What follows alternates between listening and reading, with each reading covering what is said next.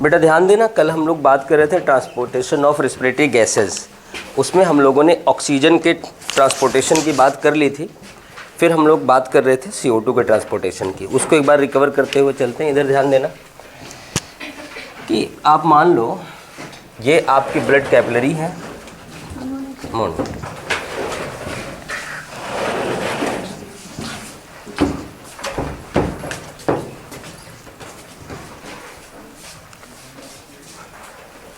ये आपकी blood capillary है, इसके सराउंडिंग में यहाँ बेटा टिश्यू है, ये सराउंडिंग में टिश्यू है। इधर ध्यान देना बेटा, टिश्यू में जब आपका फूड बर्न होगा, जैसे आप ग्लूकोज को बर्न करोगे, ऑक्सीजन के प्रेजेंस में क्या निकलेगा? कार्बन डाइऑक्साइड और वाटर। बेटा यहाँ जो कार्बन डाइऑक्साइड रिलीज होना है, वो कार्बन डाइऑक्साइड जहाँ आ जाएगी, कहाँ जाएगी? कैपिलरी के ब्लड में। बेटा यहाँ जो CO2 आएगी, इसका 7% कहाँ चला जाएगा? प्लाज्मा में घुल जाएगा, यही बताया गया था। बाकी सारा का सारा चला आएगा कहाँ पे? RBCs में, RBCs में आ जाएंगे। बेटा यहाँ आते ही आपको बताया गया था 23%, अर्थात 20 से 25% क्या होगा? हीमोग्लोबिन के साथ CO2 बाइंड कर जाएगा, जो HbNH2CO2 अर्थात कार्बामिनो हीमोग्लोबिन बनाता है। इसके अलावा बेटा जो 70% है नियरली, ये क्या करेगा? पानी के साथ CO2 रिएक्ट करेगा और यहाँ पे जो बनेगा वो बनेगा H2CO3 in the presence of carbonic anhydrase. और आपको पता है यह वीक एसिड है, अगर एसिड है तो अर्हेनियस साहब का लॉ क्या कहता है कि टूट जाएगा, टूट गया, डिसोसिएट हो जाएगा। तो H+ यहाँ पे है, जो हीमोग्लोबिन के बफर सिस्टम में काम पार्टिसिपेट करता है। कभी पहले एक टॉपिक हुआ करता था पढ़ने के लिए, आप आगे हायर एजुकेशन में, हीमोग्लोबिन एक्ट एज बफर, तो उसमें हाइड्रोजन का रोल होता था, बट आपको नहीं जानना है। आपको सिर्फ इतना जानना है कि ये HCO3- बाहर आ जाएगा। तो इसके बराबर संख्या में इसको बैलेंस करने के लिए क्लोराइड आयन अंदर मूव कर जाएगा। बेटा ध्यान देना, अब ये जो Cl- है अंदर डिस्टर्बेंस क्रिएट करेगा, तो इसको बाइंड कर लेंगे K+ से और फाइनली बन जाएगा KCl, और इसको बाइंड कर लेंगे नाइट्रियम Na+ से और बन जाएगा क्या? NaHCO3 बन गया। इतना कल हम लोगों ने डिस्कस किया था। अब बेटा ध्यान देना, सबसे पहला पॉइंट यहाँ पे, जितना नंबर में HCO3 अर्थात बाइकार्बोनेट आयन बाहर आता है, उतनी ही नंबर क्लोराइड आयन अंदर जाते हैं। तो इसे कॉमनली हम लोग बोलते हैं क्लोराइड शिफ्ट। क्या बोलते हैं? Chloride shift. But chloride shift को जिन्होंने ऑब्जर्व किया था, उनका नाम था हैम्बर्गर, हैंसबर्गर नहीं, हैम्बर्गर, और इसलिए इस प्रोसेस कहते हैं हैम्बर्गर फेनोमेना। क्या बोलते हैं? Hamburger phenomena. बेटा ये बर्गर हैं, बर्ग हैं, आपके पास सिलेबस में बहुत आएंगे। कभी कभी एक ही सवाल के चारों ऑप्शन में बर्गर आ जाते हैं। हाँ, तो सवाल बनता है बेटे से, आपको मिलेगा नायरनबर्ग, एरनबर्ग, कॉर्नबर्ग, लेडरबर्ग, मिलते हैं ना। तो ये चारों ने काम कर रखा है और एनसीईआरटी में नाम भी है इनके, तो ये सवाल बन से जाते हैं, ध्यान देना। तो इसे हम लोग कहते हैं क्लोराइड शिफ्ट या हैम्बर्गर फेनोमेना। हो गया। अब बेटा इस बात को ध्यान देते हैं कि यहाँ पर जो रिएक्शन हो रही है H2CO2 की रिएक्शन बिल्कुल स्लो होती है, बिल्कुल स्लो होती है। ठीक, कल आपको बताया गया था कि अगर एक नॉर्मल कंडीशन में रखें तो बहुत स्लो प्रोसेस होगी, लेकिन अगर कार्बोनिक एनहाइड्रेज के प्रेजेंस में करवाएं तो reaction rise about 10 million times, 100 lakh Guna. 1 million में 10 लाख होते हैं ना, 100 लाख गुना, 1 करोड़ टाइम्स बढ़ जाती है। और carbonic anhydrase present in RBC and plasma both. ये आपको ध्यान रखना है, होती तो बाकी टिश्यूज़ में भी हैं, स्टमक वगैरह में भी होती हैं, वो अलग चीज़ है। आपको सिर्फ यहाँ जानना है ट्रांसपोर्टेशन में, ठीक, ऑर्गन में नहीं जाना है।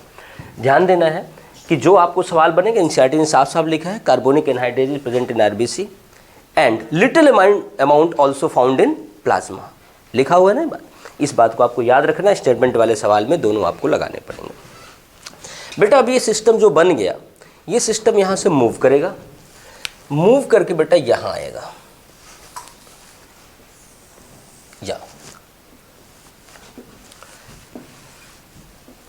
यहाँ आ गया। अब ये सिस्टम जैसे यहाँ आएगा बेटा, तो यहाँ आपके पास क्या चल रहा है, NaHCO3 चल रहा है, यहाँ पे KCl है और यहाँ पे हीमोग्लोबिन CO2 HbNH2CO2 है और प्लाज्मा में घुला हुआ भी है, बेटा ध्यान देना। यहाँ पर PCO2 45, यहाँ पे 40, यूँ डिफ्यूज करके चला गया, ये तो डिफ्यूज करके चला गया। अब बाकी बचे ये वाले और ये वाले, इनके साथ क्या होगा बेटा ध्यान देना। ये ऐसे मॉलिक्यूल तो होते नहीं, ये आयनिक फॉर्म में मिलेंगे। आपको पता है कि ये घुलने के बाद आयनिक हो जाते हैं, आपको पता ही, आप लोग केमिस्ट्री वाले हो, 9-10 से पढ़ रहे होंगे। तो एक्चुअल में इस फॉर्म में होते हैं, ऐसे होते ना। तो अब जैसे ही यहाँ आएंगे सारी प्रोसेस रिवर्स हो जाएंगे। ये क्या करेगा, यहीं रह जाएगा, ये अंदर चला जाएगा। अब ये कैसे टूटता है इसकी प्रोसेस भी अलग है बेटा। अगर रिएक्शन की बात करें तो ये जा करके Na2CO3 बना करके CO2 को रिलीज करता है। वो मैकेनिज्म थोड़ा आपके लिए ज़्यादा बड़ी हो जाएगी, बट आप इतना जानो कि रिवर्स प्रोसेस होती है। ये अंदर आ जाती है, अंदर आती है बेटा हीमोग्लोबिन से, जो मैंने कहा H+ गया, ये यहाँ आ गया, तो ये हो जाएगा किसमें, H2CO3। अब बन जाएगा किसमें, H2O + CO2 रिलीज होकर के बाहर चला जाएगा। और उस दौरान ये क्या होगा, जैसे अंदर जाएगा Cl- बाहर आ जाएगा, हो गया। अब ये क्या करेगा, ये भी टूटेगा, ये भी टूट के बाहर आ जाएगा। और ये सारी प्रोसेस जो पूरी होती है in the presence of carbonic anhydride. इसका मतलब कार्बोनिक एनहाइड्रेट सिर्फ CO2 के यहाँ बाइंडिंग में हेल्प नहीं करती, यहाँ पे ट्रांसपोर्टेशन के बाद रिलीज में भी हेल्प करती है। ये बस याद रखना है, एनसीईआरटी मेंशन नहीं, सवाल बनने की बहुत प्रोबेबिलिटी नहीं होती, बट याद रखना है कि CO2 को बाइंड करने में और CO2 को रिलीज करने में, दोनों में अगर एंजाइम काम करता है तो कौन करता है, कार्बोनिक एनहाइड्रेट। से याद रखना। जैसे आप लोगों ने ऑक्सीजन डिसोसिएशन कर्व के दौरान एक बात पढ़ी थी ऑक्सीजन ट्रांसपोर्टेशन में, कि डॉक्टर बोर्स ने बताया था कि एसिडिक मीडियम क्या करता है, ऑक्सी हीमोग्लोबिन से ऑक्सीजन को रिप्लेस करता है, डिसोशिएट करता है, बिकॉज वो बाइंडिंग कैपेसिटी को कम कर देता है। उसी तरह बेटा एक साइंटिस्ट आए थे मिस्टर हेल्डेन, सुना होगा आप लोग अगर कहीं पढ़ा है बुक या ट्यूशन वगैरह। तो हेल्डेन साहब ने, क्योंकि एनसीईआरटी में नाम है नहीं इसलिए मैंने बुक और ट्यूशन का नाम लिया, तो हेल्डेन साहब ने एक बात बताया कि जैसे ये एल्वियोलस है, ये सिस्टम पूरा एल्वियोलस के पास आ गया, जहाँ बेटा PO2 की मात्रा ज़्यादा होती है, ये PO2 डिफ्यूज होकर यहाँ आता है।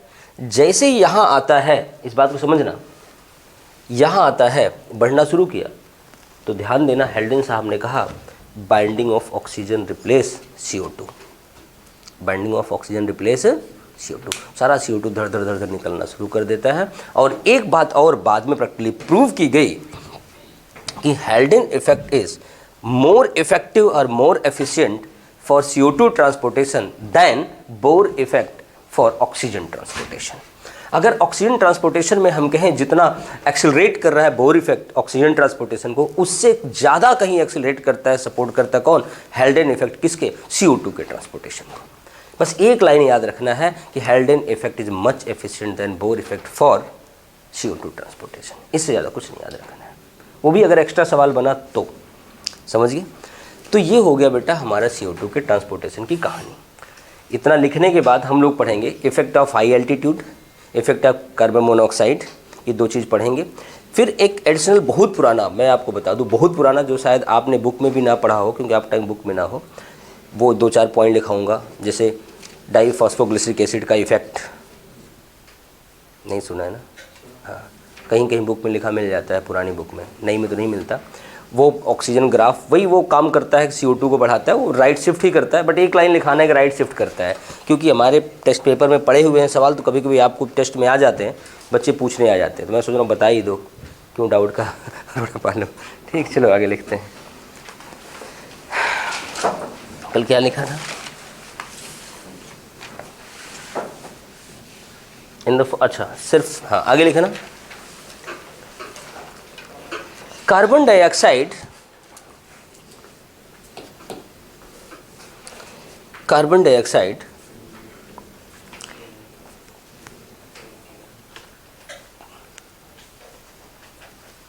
कार्बन डाइऑक्साइड क्यों लिखो, सीधे CO2 लिखो। Carbon dioxide react with water, react with water, इधर जगह खाली, यहाँ बैठ जाओ।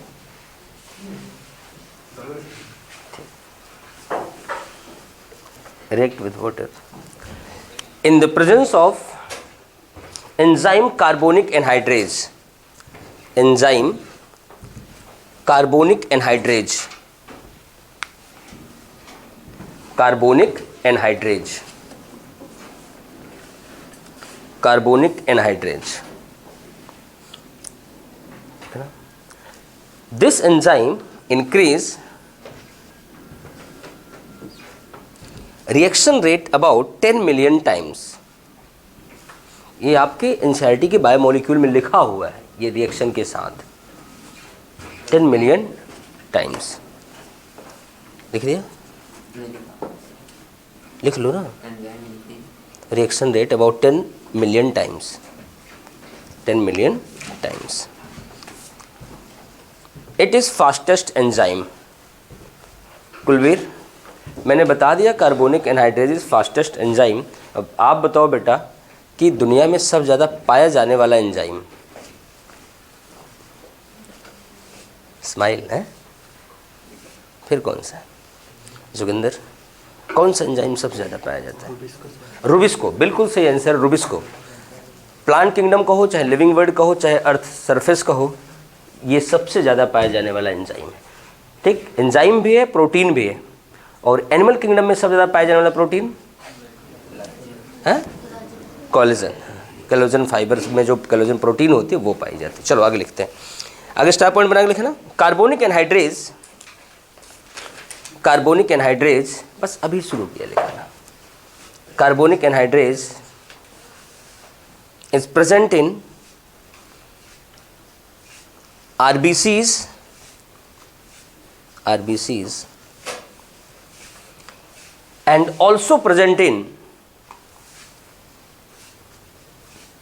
plasma in little amount.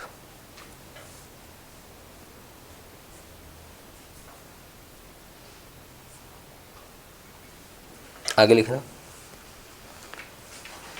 CO2 bind with water and change into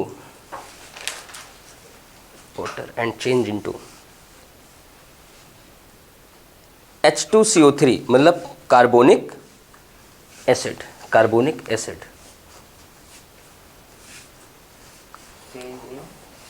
carbonic acid H2CO3 लिखना। This acid dissociate and release H+। बेटा तुम दूर दूर क्यों लिखते हो? तुम्हारे यहाँ पेपर की फैक्ट्री है? देखो ये बच्चे भी तो लिखते हैं। तुम ट्रैक्टर चलाना जानते हो क्या? नहीं पूछ रहा हूँ, ट्रैक्टर नहीं तो फिर इतनी दूर दूर ऐसे क्यों खेतों में दौड़ा रहे हो? Dissociate and release H+ and HCO3-, HCO3-, लिख लिया, लिखो HCO3-, फुल स्टॉप लगाओ, अब फिर से लिखो HCO3-, release into plasma, release into plasma, release into plasma. Now equal numbers of chloride ions migrate to या move in, migrate to RBCs, this is called as chloride shift। NCERT के साथ chloride shift word use किया है, hamburger use नहीं किया है। Chloride shift use किया नहीं किया। चलो chloride shift chloride shift, chloride shift, bracket लिखना, Hamburger phenomena, HAM, Hamburger phenomena, phenomenon होता है, ठीक, हैम्बर्गर फेनोमेना हो गया।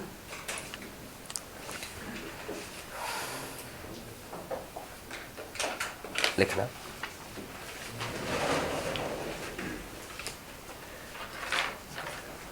लिखो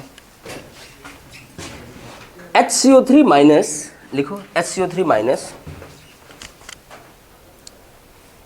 bind with Na plus, Na plus natrium ion के साथ सोडियम आयन के साथ बाइंड हुआ Na plus and change into NaHCO3, NaHCO3 sodium bicarbonate हो गया, sodium bicarbonate and transport from tissue to lungs. और ये पूरा सिस्टम कहाँ चला जाएगा? टिश्यू से लंग तक चला जाएगा। अब अंदर की बात कर लेते हैं, जो क्लोराइड आयन अंदर गया है, लिखना, chloride ion bind with K plus and change into KCl। और मैंने आपको बताया था ये दोनों सिस्टम pH को मेंटेन करने में हेल्प करते हैं, वरना 7.4 से नीचे आ जाए pH, H प्लस अगर फ्री रहेगा तो, ठीक। चलो आगे लिखना, carbonic anhydrase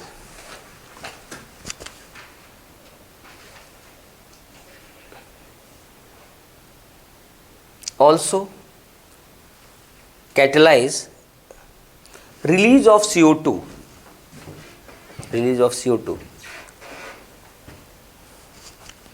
by reverse steps of reactions, these reactions, by reverse steps of these reactions। यही एंजाइम सारे रिएक्शन को रिवर्स कर देता है।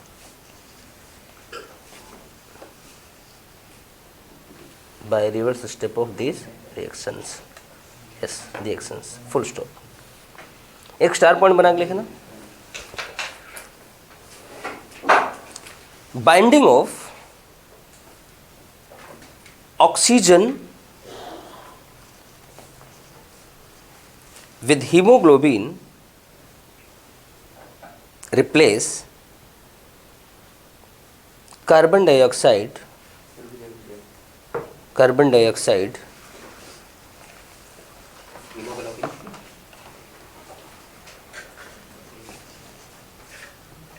replace CO2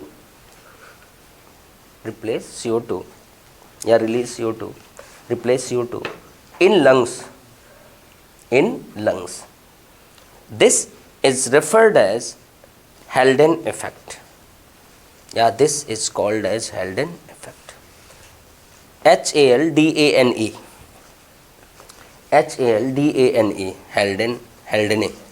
Haldane effect, Haldane effect।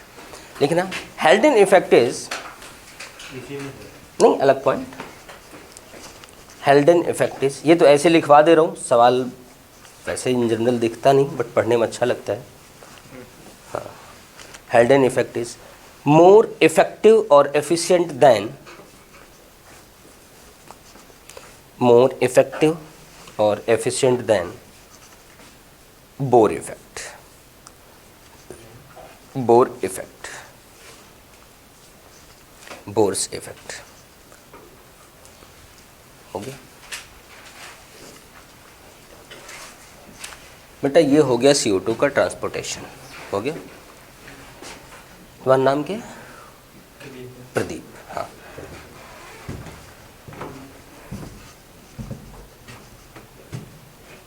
बेटा अब अगली heading banana, effect of carbon monoxide,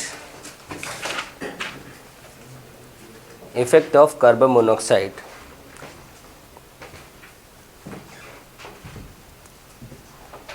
on respiration. वैसे पूरा होता है कार्बन मोनोऑक्साइड पॉइजनिंग या effect of carbon monoxide on CO2 transportation on respiration. Bracket लिखो, CO poisoning, carbon monoxide poisoning. बेटा सुनना,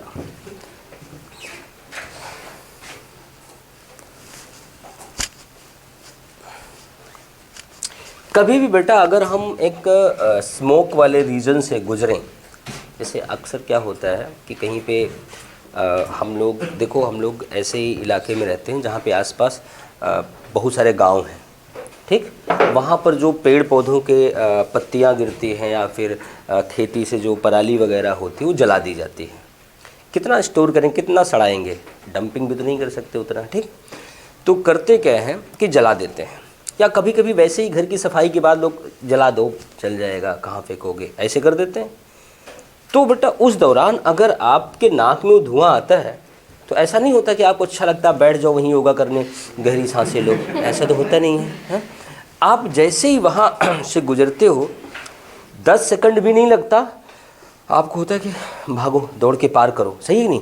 जैसे आप दौड़ के पार करते हो तब जाके आप रिलैक्स होता है ना, एक थोड़ा सा आपको सफोकेशन सा फील होता है, आपकी ब्रीथ चोकिंग फील करती है, जाम सा हो रहा है, अब निकलो यहाँ से वरना सांस हमारी रुक जाएगी, होता है ना। अब सवाल है ऐसा क्यों होता है, अगर क्यों आप ले जान गए तो आंसर आपको पता चल गया। ऑक्सीजन की कमी नहीं होती बेटा, वहाँ पे ऑक्सीजन को धक्के मार के हटा दिया जाता है।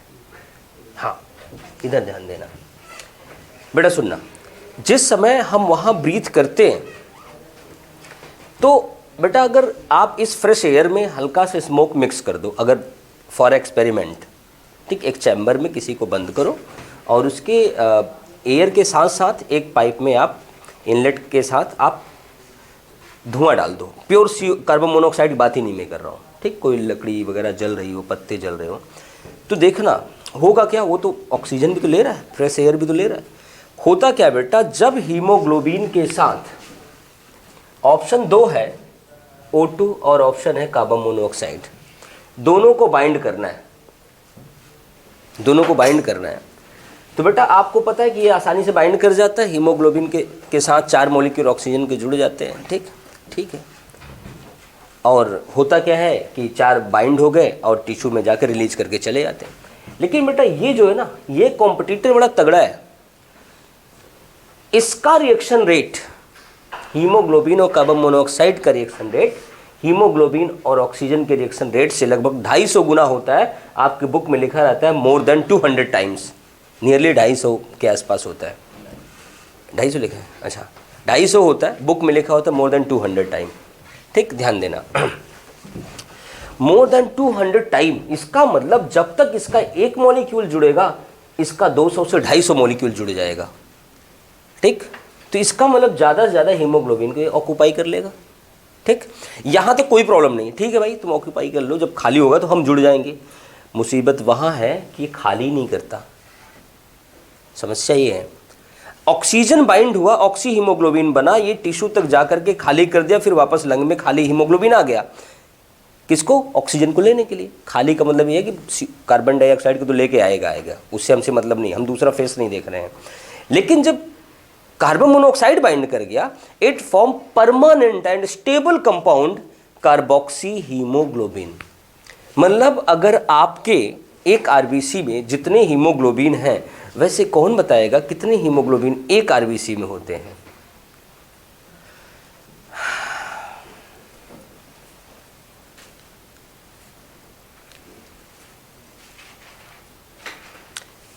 अरे बता दो, छोटे छोटे तो मॉलिक्यूल होते हैं, आप बता सकते हो। कौन से बहुत बड़ा सवाल पूछ लिया, छोटे मॉलिक्यूल का सवाल है। चलो आज सवाल का जवाब देगी रेनू। नहीं, तुम्हारा नाम क्या? जेसिका, हाँ। जोगिंदर, प्रदीप, रोहित, युवराज, सागर, अभिषेक गोदारा, अभिषेक शर्मा तो एब्सेंट है, विशाल राव, विशाल यादव नहीं, दीप्ति नहीं, अनुष्का। 5 to 6 million. मतलब 50 से 60 लाख, यही कहना चाहती हूँ ना। ये ज़्यादा बड़ी गिनती नहीं है, बहुत बड़ी है ना, बट ये कम है। नियरली बेटा 25 to 28 करोड़ मॉलिक्यूल होते हैं। एवरेज 26.5 करोड़ मॉलिक्यूल पाए जाते हैं हीमोग्लोबिन के एक आरबीसी पर। समझ गए? इतनी ज्यादा संख्या में होते हैं। सुनो इधर, अब जो कि पूरे आरबीसी का लगभग 30 से 33% पार्ट बनाते हैं, वेट बनाते हैं। ये तो एकेडमिक ज़्यादा हो जाता है, कंपटीशन में नहीं आता, बट आप इतना याद रखो कि हीमोग्लोबिन का ऑक्सीजन का जो रिएक्शन रेट है, इससे 200 से 250 गुना तेज इसका रिएक्शन रेट है, और एक स्टेबल कंपाउंड बनाता है। जो हीमोग्लोबिन धुएं में आपके जुड़ गया है कार्बन मोनोऑक्साइड के साथ, अब वो फ्री नहीं है ऑक्सीजन के लिए, अब वो फ्री नहीं है। जब तक वो डिस्पोज नहीं होगा, नई आरबीसी नहीं बनेगी। अगर आप लंबे समय तक वहाँ रह जाओ तो एक पर्टिकुलर टाइम पे सारी की सारी आरबीसीज के हीमोग्लोबिन कार्बन मोनोऑक्साइड से बाइंड हो जाएंगे, क्योंकि जैसे उल्टा वो CO2 लेके आएंगे, यहाँ फ्री होंगे, फिर से कंपीट करके बाइंड हो जाएगा और आप मर जाओगे, कार्बन मोनोऑक्साइड पॉइजनिंग से मर जाओ, क्योंकि सारा हीमोग्लोबिन ही बाइंड हो गया। इसलिए उस समय अगर ऐसे केस होते, सबसे पहले हम लोग क्या करते हैं, उसको ऑक्सीजन प्रोवाइड करते हैं मेडिकली। इससे क्या होता है कि अगर ऑक्सीजन का पार्शियल प्रेशर बढ़ रहा है, अगर वहाँ भी थोड़ा बहुत अगर प्लाज्मा में घुल के भी, क्योंकि घुल के भी अगर पहुँचा, तो अगर उस समय थोड़ी सी लाइफ है, तो इमरजेंसी ब्लड बैंक हमारा स्प्लीन और बाकी चीज़ें हीमोपोइसिस अगर आरबीसीज देने लगे, धीरे धीरे धीरे धीरे बढ़ सकता है। ये डेथ को कॉज करता है बेटा, ध्यान देना इस बात को, बचना चाहिए। चलो लिखो, 2 लाइन का सवाल है, कब लिखना। इफ वी मूव थ्रू या pass through, if we pass through smoky area which rich with carbon monoxide, rich with carbon monoxide,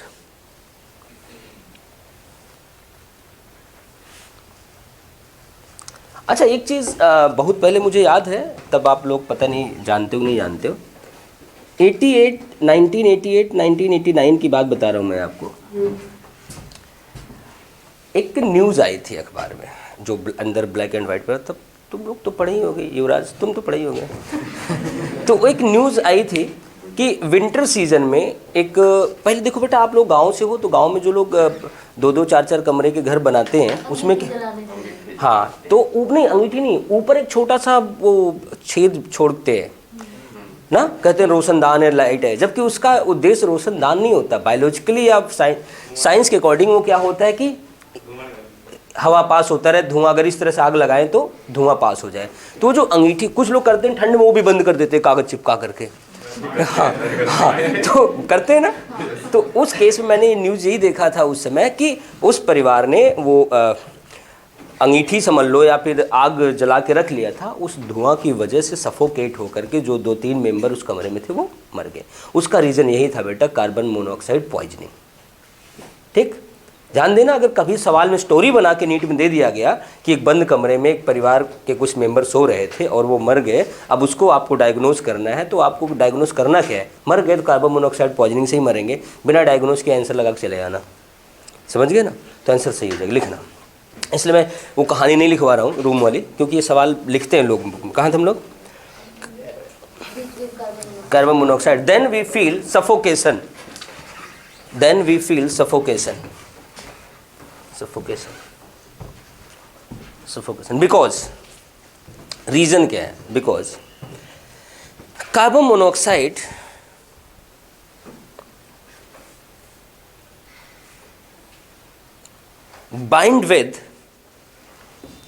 bind with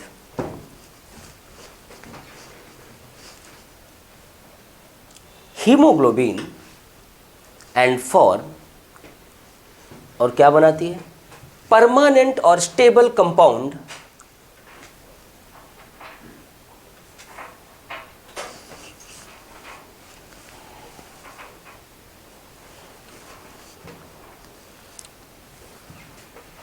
permanent और स्टेबल कंपाउंड नेम्ड, क्या नाम है भाई?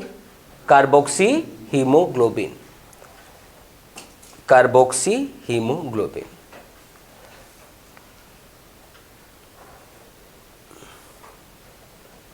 Carboxy haemoglobin. आगे लिखना स्टार पॉइंट बना के।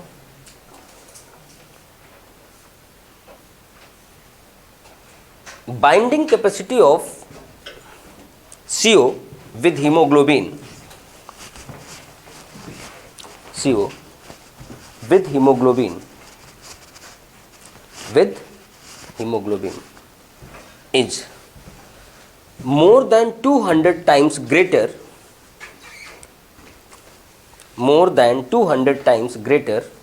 एग्जैक्ट 250 होता है, अगर किसी का मन कहे लिखना तो ब्रैकेट में 250 लिख सकते हो। more than 200 times greater than binding of oxygen with hemoglobin, oxygen with hemoglobin।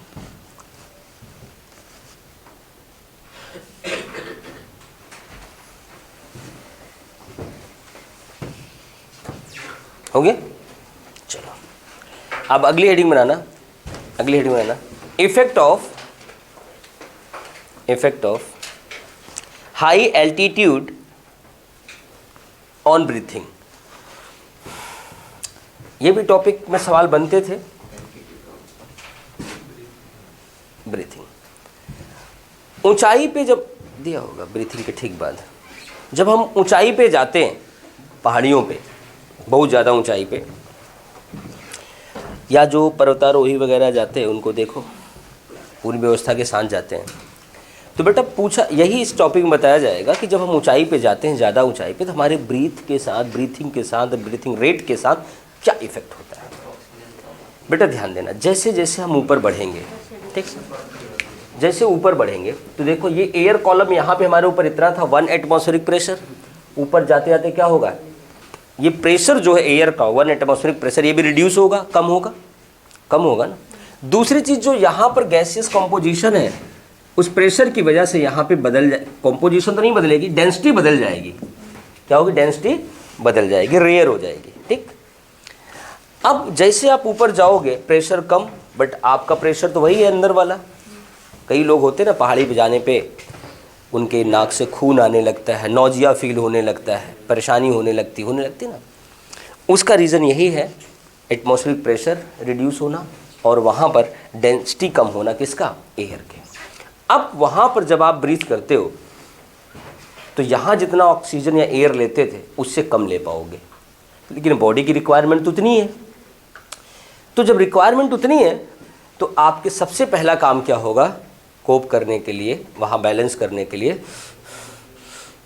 ये ब्रीथिंग रेट क्या हो जाएगी? टैकीपीनिया, ब्रीथिंग रेट राइज कर जाएगी, हाइपरपीनिया हो जाएगा। ठीक, एक चीज़ जो बाहर से दिखेगा आपको। अब अंदर चल के देखते हैं। कुछ समय बाद जैसे आप वहाँ रहने लगोगे, महीने 2 महीने 4 महीने, जब लौट के आओगे ना तो आपके गाल गुलाबी हो जाएंगे। बिल्कुल सही बात है। इसमें आप देख लो, जो लोग वहाँ परमानेंट रहते हैं, आप यहाँ नागौरी गेट घूम के आओ और वहाँ जम्मू का चौक घूम के आओ, मन वहाँ ज़्यादा अच्छा लगता है ना? अच्छा बात बिल्कुल सही है कि तो मैं ये कहना चाह रहा था कि फाइनली जो होता क्या है कि वहाँ पे गाल गुलाबी होने का मतलब पता क्या है? नहीं, आरबीसी की संख्या बढ़ जाती है। ऑक्सीजन क्यों बढ़ जाएगा? हाँ चलो, आरबीसीज की संख्या बढ़ जाती। इसको हटाओ, ये गर्दन ढीला है क्या? यहाँ से लिखो, सुनो, आरबीसी की संख्या बढ़ जाती है, बट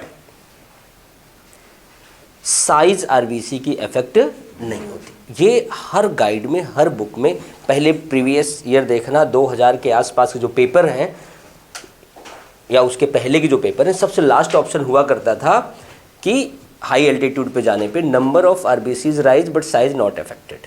ठीक, बट एक बार सन मुझे याद नहीं है, एग्जामिनर ने थोड़ा सा खेल कर दिया था, एक ही बार किया था। उसमें ऑप्शन में क्या कर दिया था? First size of RBC increase then become normal. ये बात सही तो है, पर थोड़ा सा बढ़ता है। वो भी पता है किसकी वजह से? Partial pressure of oxygen surrounding में प्लाज्मा में कम होने की वजह से वो थोड़ा सा फैल जाता है, बस। और इस चीज़ को उन्होंने भाई साहब ने ऑप्शन में दे दिया। ये तो थोड़ा सा +1 +2 के लेवल का एग्ज़ाम है और इतना डीप चलोगे तो फिर बच्चा कहाँ कवर कर पाता है। तो बट एक बार ये सवाल आया था, फाइनली आप कितना याद रखना है कि हम ऊपर जाते हैं, ऑक्सीजन कमी होती, सबसे पहले टैकीपीनिया होता है। जैसे हम वहाँ रहने लगते हैं धीरे धीरे धीरे धीरे आरबीसी की संख्या बढ़ जाती है। संख्या बढ़ने से होता क्या, देखो बेटा, अब आपकी रिक्वायरमेंट तो है वही कितनी 20 मिलीग्राम पर 100 ml ऑफ ब्लड की, उसमें से 5 ml जाता है। अब आरबीसी की संख्या कम थी तो कितना भी ऑक्सीजन आए बाइंड करने वाला कम है, तो जब आरबीसी की संख्या बढ़ गई, हीमोग्लोबिन की संख्या बढ़ गई तो 20 ml बाइंड हो जाता है, तो आप नॉर्मल ब्रीथ करने लगते हो। ठीक, यही बात है। सरफेस एरिया बढ़ गया ऑक्सीजन बाइंड करने के लिए, फाइनली आप ये मीनिंग निकाल सकते हो। ठीक, लेकिन जैसे ही आप नीचे आओगे धीरे धीरे धीरे धीरे कुछ समय बाद फिर से यहाँ के ज्योग्राफी के अनुसार वो चीज़ एडजस्ट कर ली जाएगी। फिर वही भूरे लाल हो जाओगे, गुलाबी गुलाबी से। ठीक, लिखो। हाँ, पिगमेंटेशन के लिए बेटा इकोलॉजी में आपको बताया जाता है, ग्लोगर साहब का रूल है, जैसे जैसे हम ठंडे से गर्म की ओर या गर्म से ठंडे की ओर जाते हैं हमारा पिगमेंटेशन वेरी करता है। गर्म इलाके में पिगमेंटेशन डार्क होता है और ठंडे इलाके में क्या होता है, लाइट होता है। ये ग्लोगर रूल है इकोलॉजी में, आपको बताया जाएगा। चलो, अरे बहुत कुछ है, जिसकी मर्जी आया वही रूल दे के चला गया, पढ़े हम लोग, पढ़ाएं हम लोग। चलो लिखो, वहाँ पे तो कई हैं, ग्लोगर है, एलन है, जॉर्डन है, एक दो और हैं, ठीक, जो कि एग्ज़ाम में नहीं आते बट हैं आपके पास। वॉन हम्बोल्ट भी है, ठीक, अलेक्जेंडर वॉन हम्बोल्ट, जो जंगल का एक्सप्लेनेशन किया था एक्सप्लोर करके। आगे लिखना, if we move at high altitude, लगभग 1 किलोमीटर के ऊपर चले जाएं तो मतलब 3000 फीट, हाई एल्टीट्यूड, ब्रैकेट लिख सकते हो, more than 3000 feet, more than 3000 feet, then we feel nausea, hyperpenia, just उस टाइम जब पहुंचते हैं। लिखना,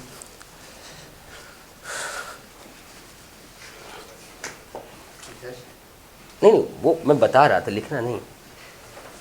ठीक, अब आगे क्या होगा, लिखना उसी पॉइंट में, eight high altitude number of RBCs rise, यही एक ऑप्शन सवाल बनेगा, नंबर ऑफ आरबीसीज राइज या increase but size remains same. लिखा है इसमें,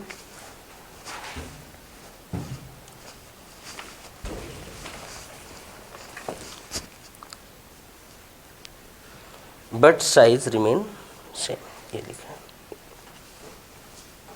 हो गया, बट साइज रिमेन सेम, होगी बात। ये तो 2 इफेक्ट अलग से आपको पढ़ने होते वो मैंने बता दिया। ठीक, अब हमारे पास जो अगला टॉपिक है एनसीईआरटी के अनुसार वो है रेगुलेशन ऑफ रेस्पिरेशन। इसके बाद तो बचता ही गया है हम लोगों के पास, नहीं पढ़ा दिए, लपेटा तो क्रैश कोर्स में जाता है, 1 घंटे में 2 चैप्टर। देखो मेरी आदत है, मैं बता देता हूँ, वरना क्रैश कोर्स तो मैं भी पढ़ाता हूँ। सही है ना, लेकिन मैं इत्मीनान से पढ़ाता हूँ। क्रैश कोर्स में मैं 2 घंटे क्लास कर देता हूँ, लेकिन पढ़ाता पूरा हूँ, लपेटता नहीं। देखिए वो पढ़ेगी वो।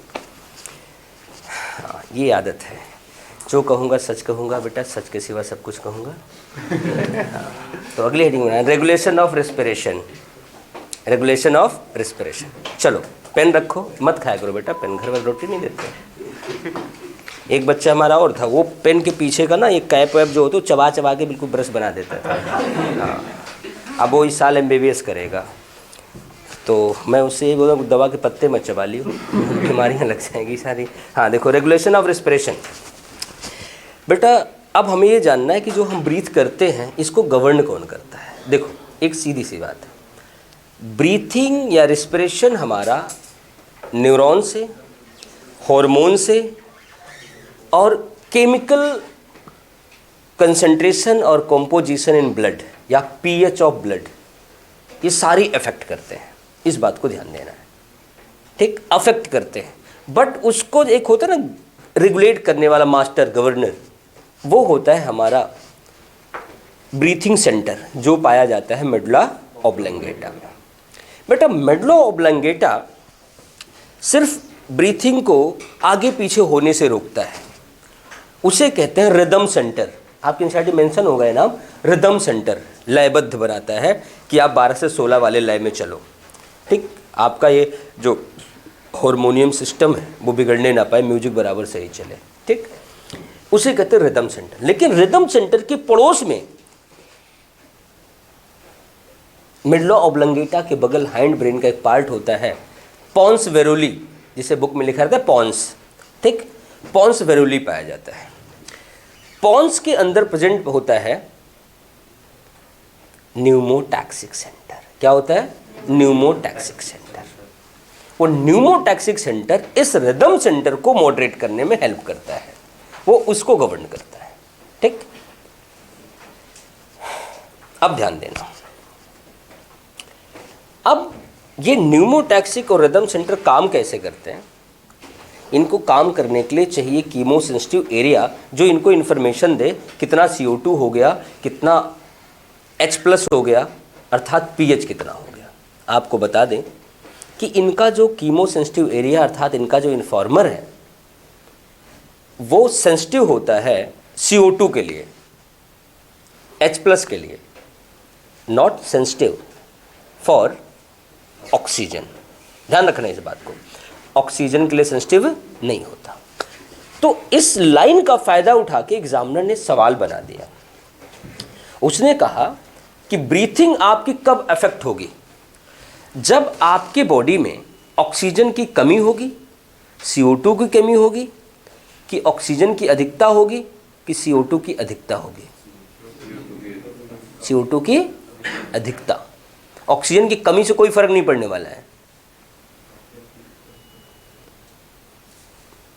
ऑक्सीजन की कमी से कोई फर्क नहीं पड़ने वाला है, हैं? पड़ने वाला है। तो क्या आने वाला है वो बताओ हमें, हैं?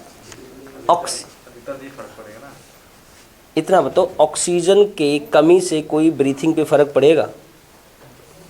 क्या पड़ेगा? हमारा बॉडी धीमा हो जाएगा, बॉडी बीमार हो जाएगी। अच्छा, और उसको सिम्टम क्या आएंगे? अरे धीमा धीमा हो जाएगा। अच्छा, बॉडी भाग रही है? नहीं, रुको मैं बताता हूँ, एक्सप्लेन करता हूँ। सुनो, इधर सुनो। ऑक्सीजन के लिए वो एरिया सेंसिटिव है ही नहीं है, तो ब्रीथिंग रेट पे कोई फर्क नहीं पड़ेगा। ऑक्सीजन कम है तो भी आपका ब्रीथिंग रेट चलता रहेगा, लगभग उसी पे चलता रहेगा।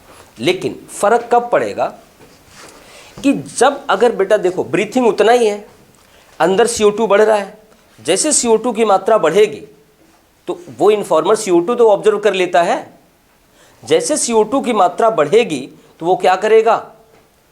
अब जाकर के इंस्पिरेटरी ड्यूरेशन को रिड्यूस कर देगा। जो 3 सेकंड में एक इंस्पिरेशन होता था अब वो 2 सेकंड में होने लगेगा। तो अब जो एक ब्रीथ 5 सेकंड में कंप्लीट होती थी अब वो 4 सेकंड में कंप्लीट होगी। तो अगर आपका ब्रीथिंग रेट जो 12 था अब वो कितना हो जाएगा? 15 हो जाएगा। समझ गए? मतलब ये इंस्पिरेटरी आपकी एनसीईआरटी में मेंशन होना चाहिए कि जैसे CO2 की मात्रा बढ़ती है इंस्पिरेटरी ड्यूरेशन रिड्यूस कर जाता है। और इस बात को लिखा इन लोगों ने कैसे है कि यहाँ पर जो रेगुलेटरी सेंटर है हमारा ब्रीथिंग को रेट को बढ़ाता है बाय अल्टरिंग या by reducing duration of inspiration. ये इस लैंग्वेज में लिख रखा है, ध्यान रखना। और इस बात का फ़ायदा एग्जामिनर उठाता है वहाँ पे significant sensitive not significant sensitive का, कि ऑक्सीजन की कमी से ब्रीथिंग रेट बढ़ेगी, CO2 के अधिकता से। आप क्या बताओगे? CO2 के अधिकता से। CO2 का कंसंट्रेशन बढ़ने से आपका ब्रीथिंग रेट बढ़ जाता है। और इसी तरह सवाल एक एवोल्यूशन में बनता है कि उस समय एटमॉस्फेयर रिड्यूसिंग था ऑक्सीजन की कमी से कि हाइड्रोजन की अधिकता से। चलो इसका जवाब वहीं देखेंगे, पहले तब तक सोचो, एक सवाल वहाँ भी बनता है। चलो यहाँ लिखते हैं, लिखना rhythm centre of breathing. rhythm center of breathing is found in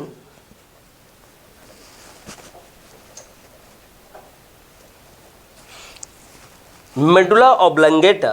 ये बिल्कुल स्कूल टाइप से लिख रखा है इन्होंने। आप जो बता रहे हो मैं उसमें से काट दूंगा जरूर। स्कूल टाइप से कहा थे हम लोग।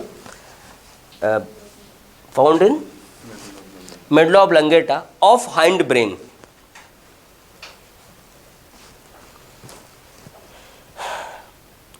which regulate or maintain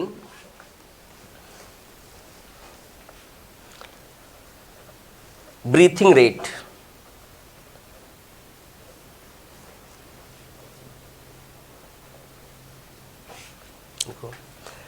pons of hind brain, PONS,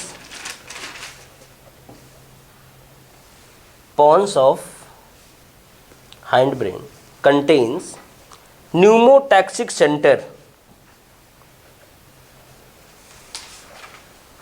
pneumotaxic center, PNEUMOTAXIC, pneumotaxic center, which moderate function of respiratory rhythm center, respiratory rhythm center।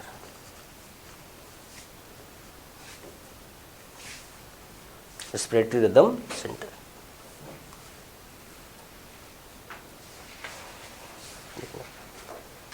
chemosensitive area, chemosensitive area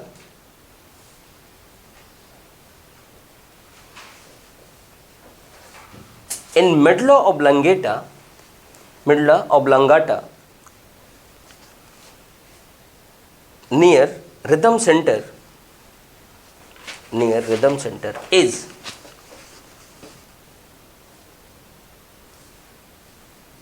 highly sensitive for carbon dioxide and H plus ion, but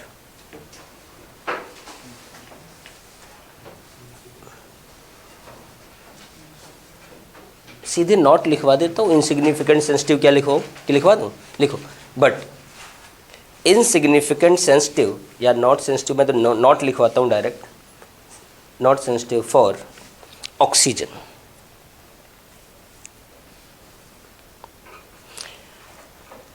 अब ध्यान देना, अब जब CO2 की मात्रा आपके blood में बढ़ेगी तो H प्लस की मात्रा भी बढ़ेगी, क्योंकि जितना H प्लस बढ़ेगा उतना एसिडिक कंडीशन होती जाएगी। जैसे CO2 या H प्लस की मात्रा बढ़ेगी उस दौरान कीमोसेंसिटिव एरिया ऑब्जर्व करेगा, न्यूमोटैक्सिक सेंटर, अब देखना काम करेगा pneumotaxic centre, pneumotaxic centre adjust करना चाहेगा रिदम सेंटर को, और उसको एडजस्ट करने के लिए रिड्यूस कर देगा क्या, ड्यूरेशन ऑफ इंस्पिरेशन। लिखना, इफ कंसंट्रेशन ऑफ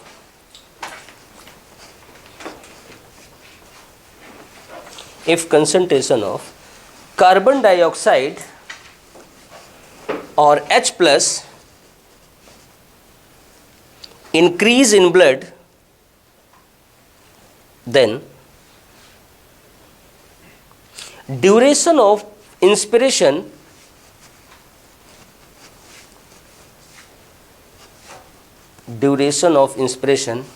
reduces।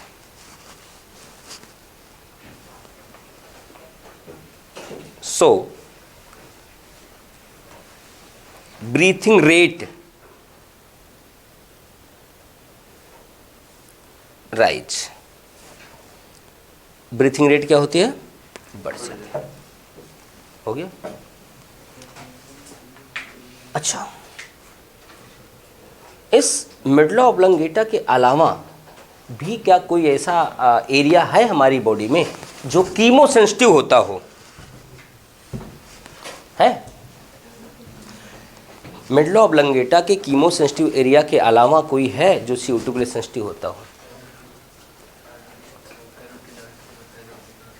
हाँ, एओर्टिक आर्क और कैरोटिड। कैरोटिड अच्छा, कैरोटिड आर्टरी कहाँ पाई जाती है? और कैरोटिड बड़ा इंपॉर्टेंट सवाल है ब्लड सर्कुलेशन का।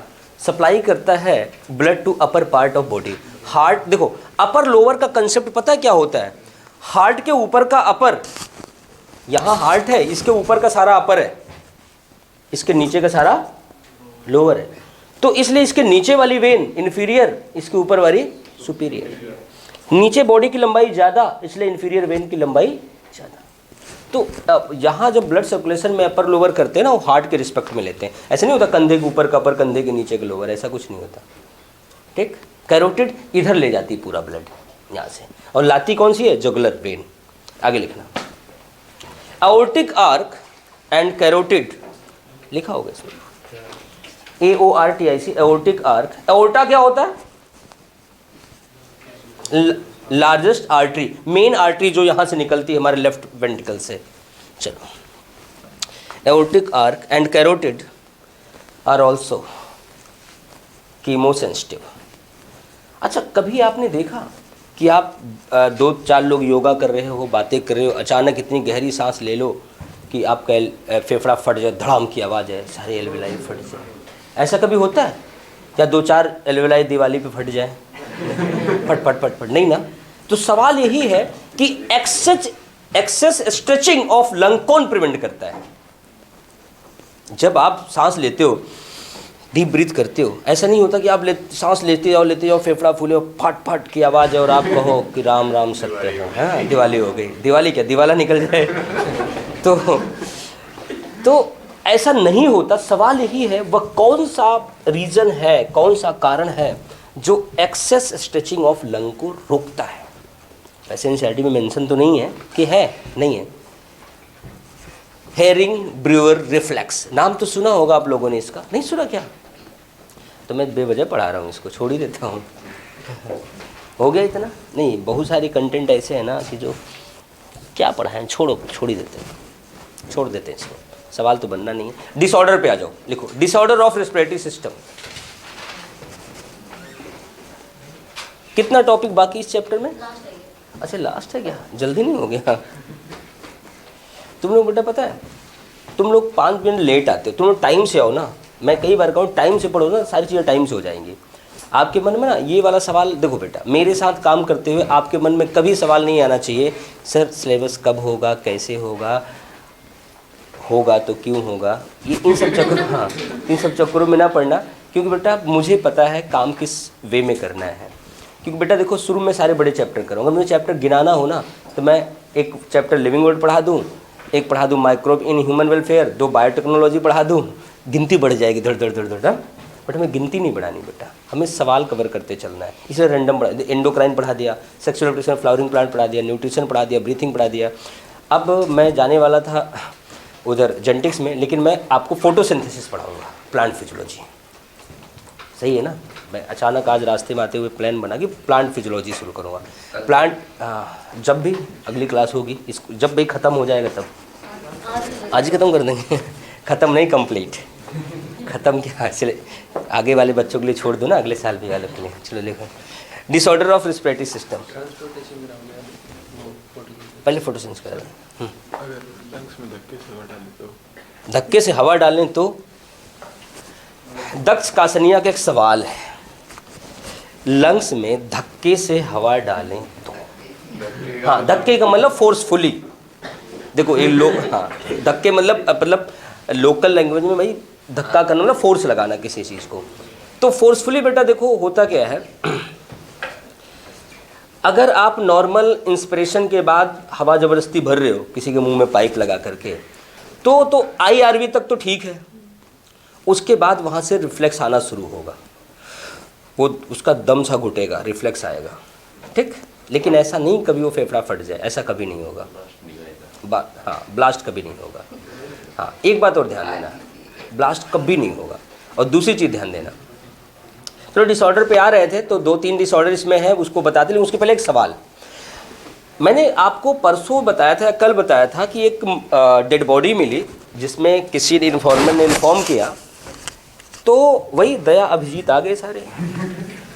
अब उनका तो एक ही काम है, मर्डर हुआ है, तो अगला बोलेगा हाँ लग तो रहा है मर्डर हुआ है। एक ही बात को 4 बार डायलॉग घुमा घुमा के बोलते हैं, एक ही डायलॉग को, हाँ कुछ तो है। तो बेटा उसके बाद क्या हुआ, ये फोरेंसिक साइंस के लैब में ले गए। तो वहाँ क्या हुआ, डॉक्टर सालुके साहब ने क्या किया, और डॉक्टर तारिका की मदद से किया क्या, उस पेशेंट के लंग्स के टुकड़े काटे, ठीक, और पानी में डाल दिया। और वो क्या देखा कि फेफड़े का पीस जो है वो पानी में तैर रहा है। और फिर सालुके अपने स्टाइल में बोलेंगे, ईसीपी देखो इसका मतलब समझते हो क्या होता है। अब यार वो पुलिस वाला क्या जाने, वो क्या जाने बायोलॉजी, लेकिन उसको बायोलॉजी पढ़ाता रहता है वो। लेकिन ये पीएमटी में सवाल आपके लिए बनेगा कि अगर वो पीस ऑफ लंग फ्लोट करता है तो इसका मतलब क्या है, इसकी मीनिंग क्या है केतन? इसकी मीनिंग ये है कि उसका मर्डर इस तरह से गला दबा के या यहाँ से हाँ मुंह दबा करके नाक दबा के मारा गया है, चोकिंग से उसकी मृत्यु हुई है। क्यों? अब कहो कि ये कैसे पता चला? पता ऐसे चला कि जब आपने यहाँ उसको दबा दिया या फिर यहाँ टाइट कर दिया, नॉट लगा दी रस्सी की, तो क्या हुआ कि ऑक्सीजन तो जाना बंद हो गई, एयर का एक्सचेंज तो बंद हो गया, लेकिन अंदर इंसान तब तक तड़पता है जब तक अंदर की सप्लाई बंद ना हो जाए। लेकिन अंदर की बंद हो गई, लेकिन बाहर आने वाला CO2 तो निकल रहा है ना, क्योंकि पार्शियल प्रेशर तो बढ़ ही रहा है उसका, वो तड़प के मरता है। और CO2 अंदर भर गई, और आपको पता है जब बैलून में गैस भर जाएगी तो लाइट हो जाएगा, समझ गए ना, इसलिए वो लंग का पीस तैर रहा होता है। ध्यान रखना, अगर इस तरह का सवाल आता है तो आपको बताना होगा कि क्या होगा, कि वो चोकिंग से मरा है, गला दबा के मारा गया। एक सवाल मैं और बताया था, छोटे बच्चे वाला। छोटे बच्चे वाला मैंने क्या बताया था कि आपको पता करना है कि वो पैदा होने के पहले मरा है कि पैदा होने के बाद। वो कैसे पता करना? लिखो डिसऑर्डर्स, फिर बताते हैं। पहला डिसऑर्डर लिखना अस्थमा, अज़मा, लिखते अस्थमा है, ASTHMA, अस्थमा लिखो। It is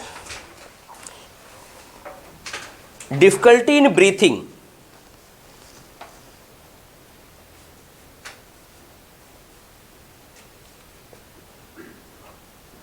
due to inflammation in, इसमें वेजलिंग भी होती है, घड़घड़ाहट भी होती है सांस में, हाँ, due to inflammation in bronchi and bronchioles, bronchi and bronchioles. Okay, emphysema आपको लिखाया जा चुका है, ठीक।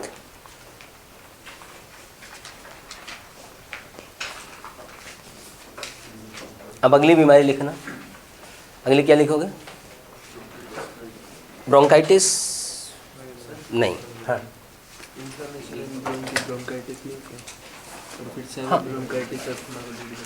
बात तो बेटा आपकी बिल्कुल सही है। सुनो, अभी बच्चों ने कहा कि सर अस्थमा में आपने जो लिखाया है इसको क्लियरली हम ब्रोंकाइटिस नहीं बोल सकते। बोल सकते हैं, बताता हूँ होता क्या एक्चुअल में। एक्चुअल में होता कि जब ब्रोंकी में इन्फ्लेमेशन होता है दैट इज ब्रोंकाइटिस, जब वो सीवियर हो जाता है तो अस्थमा होता है, ठीक। बट ये मैंने इसलिए लिखाया क्योंकि हमें अस्थमा को फाइनली लिखा देना, ब्रोंकाइटिस मैंने छोड़ ही दिया क्योंकि एनसीईआरटी में डायरेक्ट अस्थमा को लिखा है। मैं +1 के नोट्स में आप लोगों को ब्रोंकाइटिस लिखा कर अस्थमा लिखाता हूँ, लेकिन इसमें मैंने डायरेक्ट अस्थमा लिखा दिया, इसलिए आपके मन में सवाल आ रहा है। और एनसीईआरटी ने भी यही लिखा है जो मैंने लिखा रखा है, ध्यान देना इस बात को। मैंने डायरेक्ट अस्थमा लिखा, ब्रोंकाइटिस इनिशियल स्टेप छोड़ दिया। और ये बेटा कभी कभी सवाल बनता है, अस्थमा इज कॉजेज बाय, आप आंसर ये रहेगा ही नहीं, allergic, by allergic response, allergy से शुरुआत होता है ब्रोंकाइटिस हमारी, और वही ब्रोंकाइटिस अस्थमा हो जाती है, अस्थमा हो जाती है। ध्यान देना सवाल, बट ये सवाल का जवाब ये किस रीजन से होता है ये एलर्जी वाले टॉपिक में मिलता है, यहाँ नहीं है, ठीक। ध्यान देना, ब्रोंकाइटिस ही लीड करती है अस्थमा को। चलो अगली बीमारी हमारे पास क्या है इसमें, टीबी लिखवा दें, ट्यूबरकुलोसिस, ऑक्यूपेशनल डिजीज बाद में लिखाते हैं क्योंकि एनसीईआरटी ने ऑक्यूपेशनल लिखा के ख़त्म कर दिया कहानी को। ट्यूबरकुलोसिस, इट इज़ कौन सी बीमारी है, बैक्टीरियल की वायरल है? वायरल किसने बोला? बैक्टीरियल बेटा, बैक्टीरियल माइकोबैक्टीरियम ट्यूबरकुली।